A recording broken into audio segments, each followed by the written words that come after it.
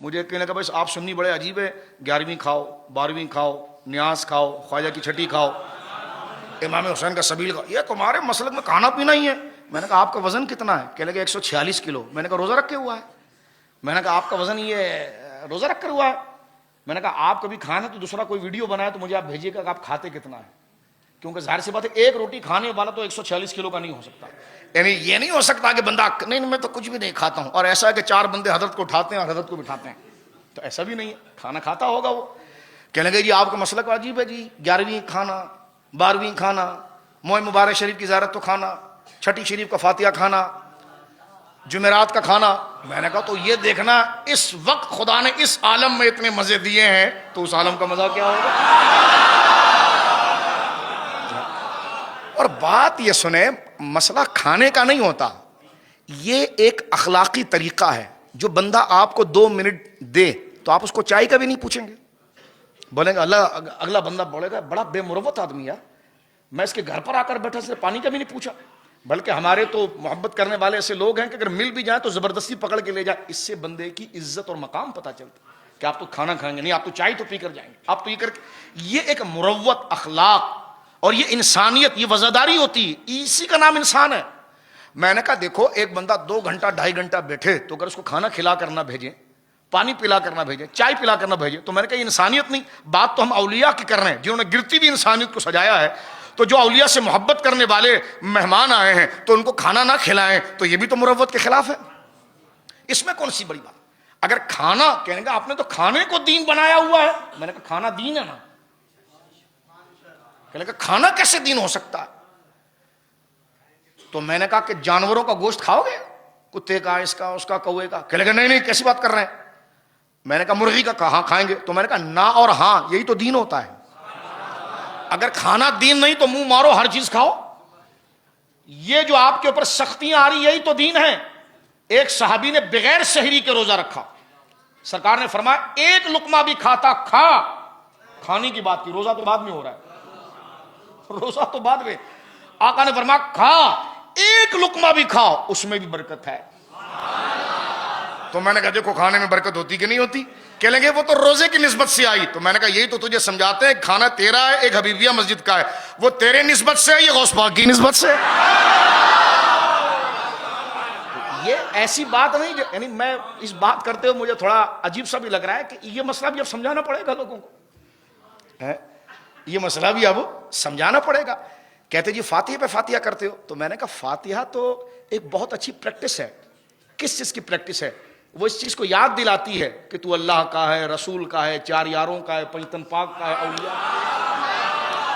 میں نے کہا مقصود کھانا نہیں ہوتا، مقصود وہ یاد آوری ہوتی ہے۔ کھانا پھر آگے جو پیش کیا جاتا ہے یہ تو انسان کی وزاداری اور اخلاق کا نمونہ ہوتا ہے، لیکن جب وہ نسبت ان بزرگوں سے پا لیتا ہے تو وہ برکت والا ہو جاتا ہے۔ کہنے کہ کھانا کیسے نسبت پا سکتا ہے؟ میں نے کہا واہ۔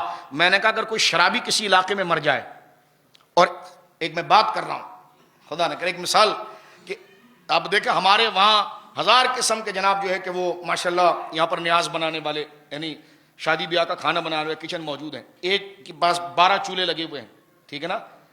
تو 12 چولہے لگے ہیں، 11 چولہوں کے اوپر ولیمے کا کھانا بن رہا ہے، اور ایک پر ایک شرابی مر گیا تھا، اس کے سوئم کا کھانا۔ 12 چولہے لائن سے ہیں، چاول بھی ایک ہی ڈل رہا ہے، گوشت بھی ایک ہی ڈل رہا ہے، ٹماٹر بھی ایک ہی ڈل رہا ہے۔ تو اب آپ دیکھیں یہ 12 چولہے لگے ہیں یا 10 چولہے لگے ہیں، 9 چولہوں کے اوپر ولیمے کی دیگیں بن رہی ہیں، کسی کے بچے کی پیدائش کی خوشی کی ہے، شادی کی دیگیں، اور ایک پر کسی بہت بڑے علاقے کے بدماش مر گیا تھا، اس کے کھانے کا ہے۔ چاول بھی ایک ڈل رہا ہے، گوشت بھی ایک ہی ہے، ٹماٹر بھی ایک ہی ہے، لیکن اب آپ دیکھیں جو 9 دیگیں ولیمے میں گئی، بنا بھی باورچی ایک رہا ہے، اور ایک جو گئی اس بدماش کے سوئم میں ہے۔ اب آپ دیکھیے کہ جو بدماش کا سوئم کھا رہا ہے، اس کو اگر کوئی یہ کہے، یعنی شادی کا کھا رہا ہے، اس کو بڑی اچھی بریانی بنائی آپ نے، بڑی اچھی بریانی میں، اگر کوئی کہے کہ نہیں یہ چاول تو بنا تھا، دیگ بدل گئی، یہ چاول بنا تھا اس بدماش کے سوئم کے لیے، دیگ بدل گئی، یہ دیگ تیری جو شادی کی دیگ تھی ادھر چلے گئی، ادھر کی دیگ ادھر آ گئی، چاول بھی ایک، گوشت بھی ایک، لیکن دیکھیں نسبت کے اعتبار سے آپ گھن کھائیں گے۔ تو میں نے کہا دیکھا نسبت ہی ذائقہ پیدا کرتا ہے اور نسبت ہی نفرت پیدا کرتا ہے. تو اولیاء کے ذکر کے برکت اور اللہ والوں کے ہونے کی نسبت سے یہ کھانا ٹیسٹی بھی اس لیے ہوتا ہے کہ اس کی نسبت ان لوگوں سے ہوتی ہے, ابھی آپ حدیث سنیں گے, جن کی نسبتوں کے صدقے خدا بندوں کو بخش دے گا. تو لہٰذا فاتحہ شریف کھانا فَقُلُوا مِمَّا ذُكِرَ اسْمُ اللَّهِ عَلَيْهِ, ہر وہ چیز کھاؤ جس پر اللہ کا نام لیا جائے. کہنے کہ نہیں یہ تو آپ نے غوث پاک کے نام پر بنایا. تو میں نے کہا ولیمہ بھی تو نے اللہ کے نام پر بنایا تھا, بیٹے کے نام پر بنایا تھا. اللہ تو ولیمے سے پاک ہے. شادی کا کھانا, ولیمے کا کھانا, میں نے کہا 11ویں کا کھانا بول دیا تو حرام. شادی کا کھانا لفظ کو پکڑنے کی کوشش کی, شادی کا کھانا, ولیمے کا کھانا. تو میں نے کہا نہ ولیمہ خدا کا ہوتا ہے معاذ اللہ, نہ ولیمہ خدا کا نام ہے. تو اب اس کھانے پر جو ولیمے کی کہ لگے نہیں بنا تو اللہ کے نام پر ہے, لیکن کیونکہ بیٹے کی شادی تھی نا تو پہچانا اس نام سے جا رہا ہے. تو میں نے کہا حضرت صاحب یہ کھانا بھی بنا اللہ کے نام سے ہے, لیکن ذکر غوث پاک کے ثواب کا آنا ہے تو اس لیے 11ویں کہلا رہا ہے. یعنی میں ڈانٹ نہیں رہا, میں جھاڑ نہیں رہا, معذرت کے ساتھ اپنی نیت واضح کر سمجھا رہا ہوں. یعنی ان چیزوں پر صدیاں گزر گئی, ایک دوسرے سے دشمنی, ہم نیاز کھانے والے نہیں جی, ہم نیاز کھانے والے نہیں. تو میں نے کہا آخر وجہ کیا ہے, کیوں نہیں کھانے والے؟